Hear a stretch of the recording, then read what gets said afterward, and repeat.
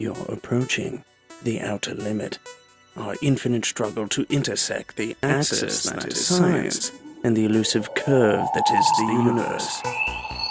This isn't science as we know it, rather, science as we shall know it. Critics and colleagues are often best when they are one and the same. Indeed, peer review is the very lifeblood of a healthy scientific community. Recently, some of mine have suggested that this program be the likes of one in which I discuss topics like nanites while standing in a septic tank. While Brooklyn's Gowanus Canal is not technically a septic tank, if it walks like a duck and talks like a duck, deductive reasoning would suggest it a duck. This is the nastiest place I've ever been. Regardless of the mise-en-scène, I'm not here to discuss nanites. But before I delve into this episode's monologue, I must engage my colleagues in dialogue.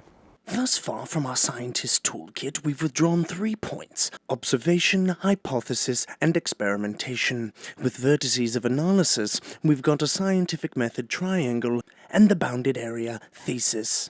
Science draws conclusions about the way the world is and the way in which scientific theory relates to that world. Science seeks to explain the concepts that are entwined in our everyday lives. Footnote: Wikipedia. Nanites entered the cultural lexicon with Star Trek as a community of nano-sized robots with sentient intelligences. While the topic does seem the reasonable consequence of modern technologies, the thesis that teeny-tiny robots decide they're alive is in no way falsifiable. Mr. Spock's logic notwithstanding, we can't test it, Captain. Among Karl Popper's observations on falsifiability from his 1963 essay on Conjecture and Refutations is the tenet, a theory which is not refutable by any conceivable event is non-scientific. Irrefutability is not a virtue of theory. Nanites are nice, but so is a city in France. In our quest for outer limits, we mustn't be tempted by pseudoscience and non-science. Infinite limits can be found simply by rigorously re-examining the conclusions we've already drawn from within our current paradigm of understanding. There's plenty of science right under our proverbial nose.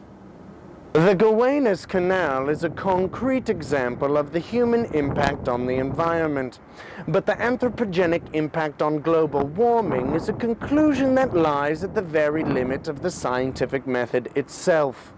Outer Limit field scientist Randy Corals has spent the last several weeks in Kotzebue, Alaska, looking at the human impact on the Arctic climate firsthand. Kotzebue was the site of Alaska's first weather station, built in 1897. Footnote: the Arctic Council and the International Arctic Science Committee. Arctic Climate Impact Assessment, Reykjavik, Iceland, 2004.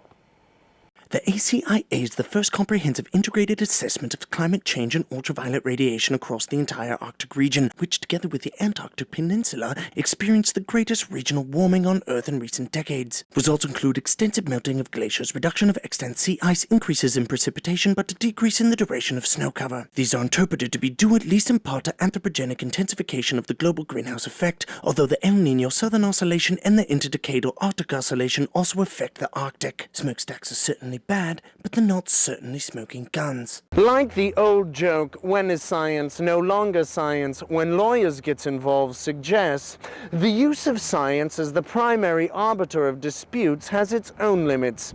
Law needs science to be infallible. Inuit filed a petition with the Inter-American Commission on Human Rights on December 7, 2005, claiming global warming caused by the United States is destroying their culture and livelihoods. Scientific theories gain credibility from observations made in a genuine attempt to disprove them. With global warming, we're living in the experiment. It's hard to see the limit for the trees. Until next time. Make rigorous observations and be prepared to cite your sources. See you near the limit.